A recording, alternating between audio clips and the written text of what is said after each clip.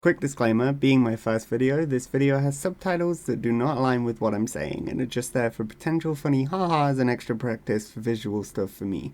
Also, song credits are in the description. Thank you, and on to the video.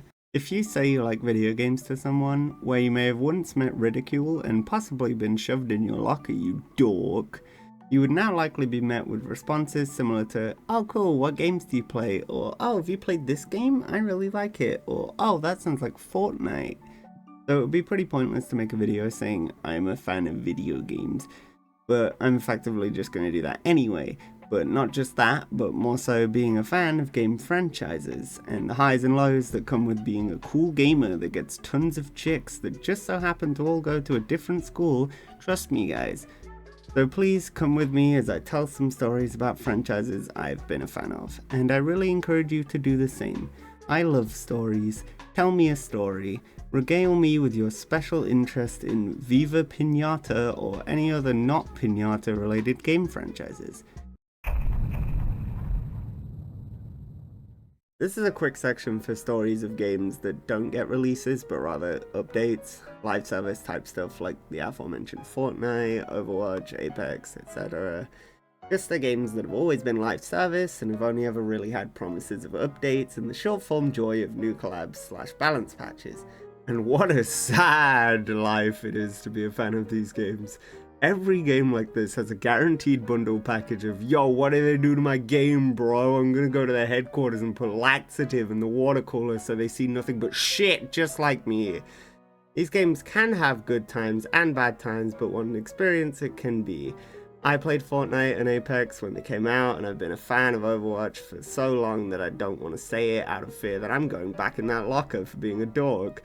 All these games had ups and downs, and trust me, there's a lot more downs.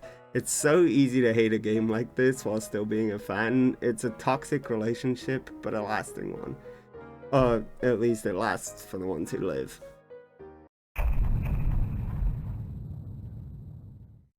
Rest in peace to the games that released trying to be the next big thing and died super quickly. We will now honour their memories and celebrate their achievements. Though some have been forgotten, here are the very faint memories I have. Reenacted in MS Paint, because trailer footage was just too vivid. Knockout City, your dodgeball gameplay that was simple but intense, your beautiful ability to invoke the Phantom Ganon feeling of back and forth and the fear of missing your catch, your TV head guy? I think I remember one of those. Rumbleverse. I haven't forgotten you either. You were a battle royale, but not like your traditional ones. You were a wrestling game for some reason. And boy, what a time it was. One of the greats at making you scream in rage when you get hit by something, only to hit someone else with the exact same thing and laugh maniacally. I don't remember balance, I don't remember a good game, but I remember fun. Concord.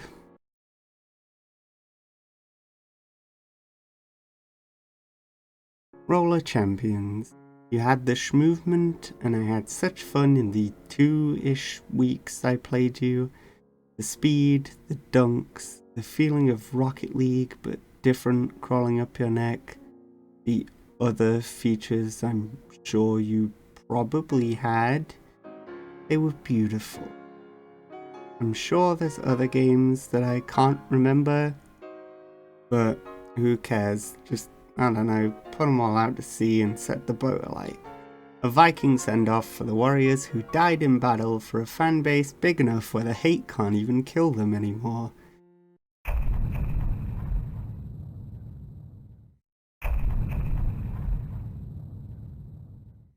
Now that we've hit chapter 1, time for some actual stories. I love a lot of different games, and that unfortunately includes franchises that seem dead in the water. They thrived once, but now they're just gone, or at least feel gone. Like, for example, please Microsoft, give Banjo and Kazooie back. You don't deserve them, you money-grubbing assholes, and I don't want to see you use them, and I don't want to see them never get a game again, you freaks. Rare is not the Sea of Thieves company, let them go. The Banjo-Kazooie series is special to me. I played Banjo-Kazooie when I was a wee little lad and absolutely blew at it, and was also scared of the game over cutscene, which kinda sucked considering I saw it a lot because I blew at the game. Then later in my life I picked up Banjo-Kazooie Nuts and Bolts, which I stand by as a really good game, and I really, really loved it. I just don't think it's really a Banjo 3, and I think everyone was kind of disappointed about that, but Nuts and Bolts is still a really good game, in my personal opinion. Then, I went back via Xbox Live Arcade and beat the other two games, with Tui being my last and most recent experience with it. And now, I just sit here, and I wait. And we're never getting them back, are we? And while we're at it, where are my boys Jack and Daxter? Again with a duo just getting shoved into the closet, never to be seen again, and then officials come out and be like, you don't want that game, we can't do a good story. Like I care. You don't have to make a brilliant, perfect game that does everything a game can possibly perfect. I feel like I need to cut in here real quick and clarify that I understand, obviously, why they haven't done anything with the series. If you don't have the spark, then you shouldn't force out a game if you don't have the passion. But then I'd say do what Ubisoft did with the Rogue Prince of Persia recently and give these games to a team that want to do something and have that spark for these series. That is what I'm trying to say. I understand that I am not a game developer and I don't know about times or costs or what games are good to make or what games are bad to make, but I hate to see franchises that I really love and have genuinely gotten like core memories with, and I don't think are exactly like niche. You know, they just get abandoned completely for the 1 millionth remake of a Last of Us game, or millions of pennies going into Call of Duty just for it to be even worse than last time. Speak of the devil. Oh, Call of Duty. It is not a hot take to say that Call of Duty is absolutely atrocious in the year 2025. I have enjoyed Call of Duty games in their prime. I was mostly there for the zombies, but now I even feel shame to say I like the zombies mode. Especially when they're shoving the game full of microtransactions, trying to trick people into buying Black Ops 7, lying about their pre-order numbers, filling the game with AI slop, letting older games run rampant with hackers that steal your information, charge full AAA price for said games, and generally make the gameplay less fun than its predecessors. I would rather dip my balls in battery acid than play multiplayer in those games ever again, but the zombies is still special to me. The joy of waiting for a new map to release, the hype, and the praying that your mother will get you the silly zombie game map so you can shove your hand up an Eldritch Abomination's ass and shoot black holes that suck in the zombies. The memories of being 6 years old, playing zombies and being too afraid to play alone, and then being scared by the fetch me their souls. So you hide in the corner and scream your way through like 5 dogs that die in a couple of shots. It's really scary stuff. And then, growing up, you tackle your first Easter egg with your only friend you have, so you buckle down, play for hours and hours, and never do it because you suck. It was just memories. And now those memories come back and roam the halls looking deader than last time, like they're funny Freddy Fazball's animatronics. I wasn't a FNAF kid, so that's a story for someone else. Someone tell me your FNAF franchise love story, please. What's not a story for someone else, though, is Plants vs. Zombies, because that series is what happens if Call of Duty had fallen over and is now just writhing on the ground in agony and you have no way of stopping it. Everything Plants vs. Zombies is about right now is everything wrong with the games industry, which is a shame considering I love this series. The earlier games were really good, and then it just crept into more and more microtransactions, more and more development hell, and more mobile games rather than a release anyone would actually play.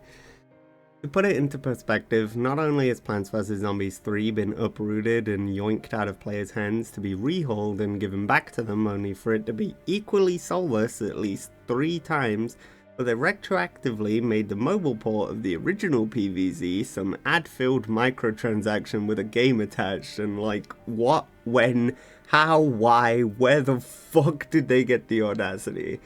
Genuinely, I don't know how they managed to kill a franchise that really did not have to try that hard. Battle for Neighborville got rid of variants, which is basically what made Garden Warfare unique. They retroactively added worse and worse updates to existing games, like PvZ Heroes getting less and less rewards for watching ads, like, hello. Or the aforementioned mobile port just completely adding an absurd amount of ads and slop into a game that didn't have it originally. But all of these games got turned into a crime scene of terrible decisions, and rather than undoing the hurt, they just abandon the project until they bring their next one out of the woodworks, like their next title. Okay, so judging by my clear segue, I was going to talk about Plants vs. Zombies Replanted, and it was going to be this big hope speech, flipping the negative sorts of stories I've been portraying up to this point and being like, look guys, there's still hope, you've just gotta believe, because I thought it seemed like genuine effort and a question of if fans still like the franchise. And then it released while I was continuing to make this video, and it did the PvZ thing of self-destruction, and the AI upscaling and all that stuff just made it look like a skinwalker. But I still don't want to give up this hope point, because I have hope for a lot of things to be better. I know it all kind of feels doom and gloom with price rises and poor performance and it all being very corporate and money hungry, but I still want to talk about your autonomy as being a fan of these franchises and whether your hope should still be there. I still personally like to hope. I know it may be stupid and optimistic when every mainstream AAA release just seems to crash and burn, and it breaks your trust in them, understandably so. But I still hope that series like PvZ and Call of Duty and many others return to form. Oh, but the truth is, the future for a lot of big franchises looks bleak. So just do the only thing you can do and choose whether you buy the game or not anyway. And whether you buy the next installment or not, trust in your own heart and don't let anyone, especially any people through the screens like myself, tell you how you should feel about the game. You need to be true to yourself no matter what, and you're certainly not an idiot or a sheep for wanting to enjoy something. But you are a sheep if you decide to grow wool and say bah. If you, let's say, buy Call of Duty and you love it, just don't spend time arguing with other people, some of which would be disappointed fans of the same thing, over things that neither of you even made. And if you did buy Call of Duty and you love the guns but hate the use of AI generation, don't argue with the people that hate the guns, because chances are you both hate the AI generation. So join as one and revolt against the things you hate, instead of trying to convince other people who hate every part of it that it's good. Overthrow your digital overlords. Reclaim your throne as a consumer. Fight and win, coward. Anyway, ignore that part. Because I'm going insane. Because truth be told, you'd have an easier time eating the game itself than convincing someone who hates it that it's good.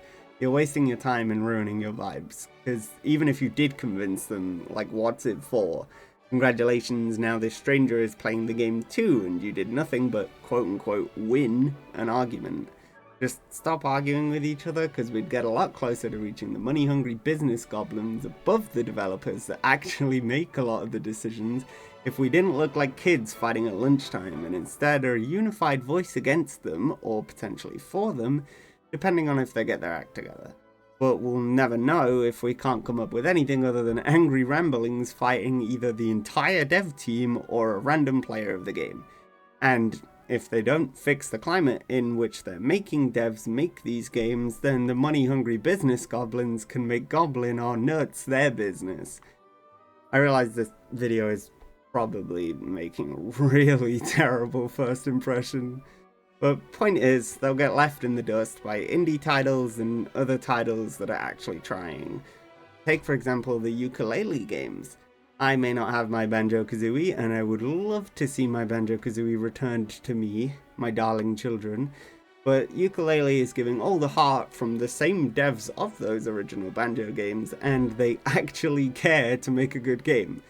And they may hit some bumps on the way. The first game was not perfect in a lot of people's eyes, including myself. But I'm loving seeing the actual heart go into the games, and things like these will continue to happen, and eventually franchises will start to be overthrown by games made by developers who loved those same franchises and decided to make games like them that actually have love put in them. That being said, again, if you still love a franchise that you or others think has gone off the deep end and absolutely sucks now, just listen to your heart. Buy it if you want to. Don't get into a war about it. Just enjoy your time with the game, because that's all that matters. And while you're at it, tell me a bedtime story about your fun video game times, for I cannot sleep without my stories. My Monster Hunter stories. Segued again, how does he do it?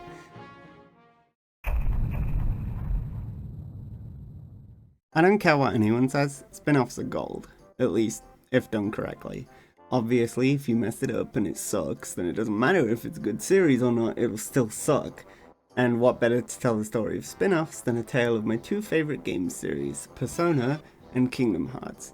Let's start with Kingdom Hearts, and I'm sure it comes as no surprise that I like this series with my decimal point fake-outs and naive, silly optimism I may have displayed and perhaps will continue to display. Who knows? I can't understand myself well enough to know this, and know myself well enough to understand this, and one who knows nothing can understand nothing, and other Kingdom Hearts quotes I could spout at you if I wished. In any case, you freak, this series has many spin-offs, or you could call them side games, whatever.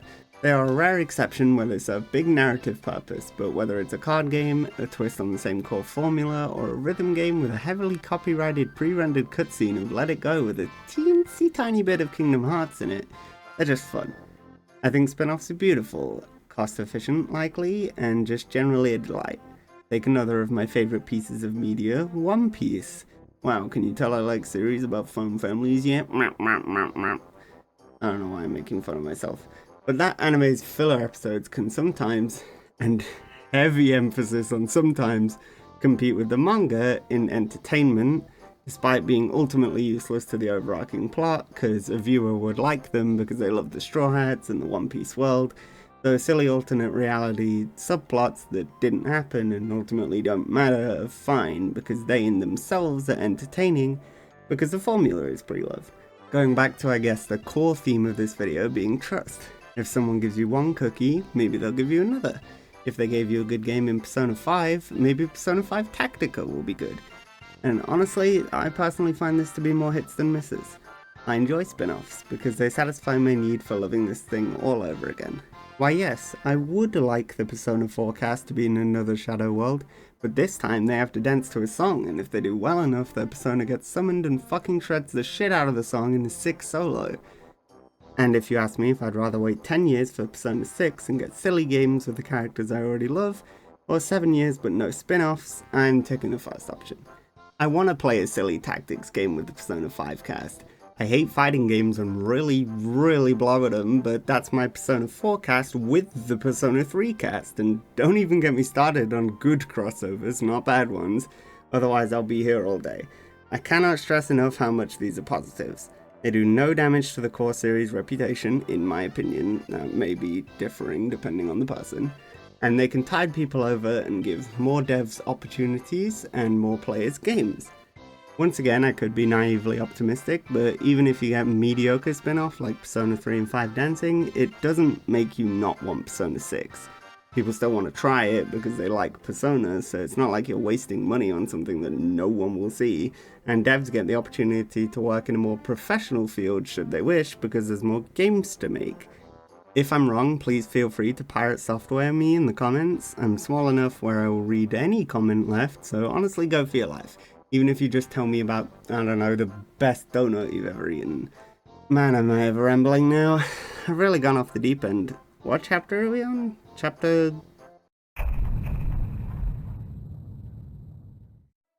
Okay, I'm really getting into the feels of this now and starting to just go off the rails. If I make this video any longer, I think we'll end up talking about donuts for the next 5 hours.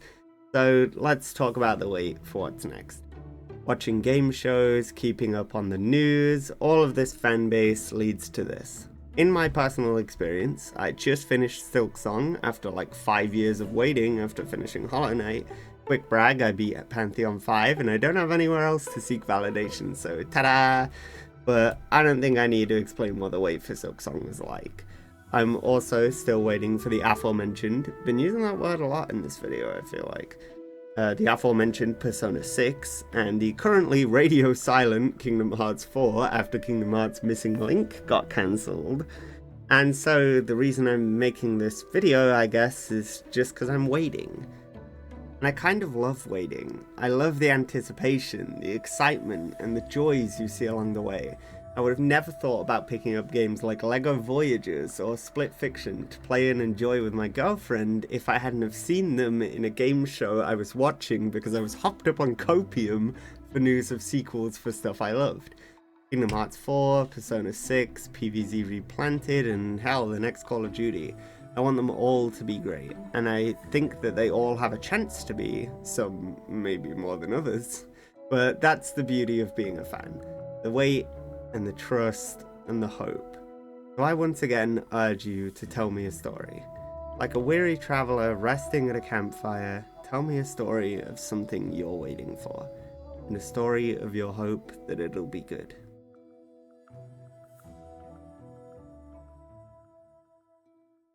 Thank you so much for watching. This is my first real video of sorts, if you could call it a real video. It kind of just came to me and is sort of a side project that's become a main project. I'm not sure if the style works or not for me or what I can improve upon, but that's where you come in. In the theme of the video, I trust you to tell me what I can improve upon, and if you decide you would like to stick around and see what happens out of morbid curiosity, hit the subscribe button, and if you enjoyed the video, then I guess do the like button as well. I have no idea where I'm going from here, but if you would join me on the journey, we would find out together. I once again thank you for watching, and if you haven't already, take your daily dose of Silly Creature.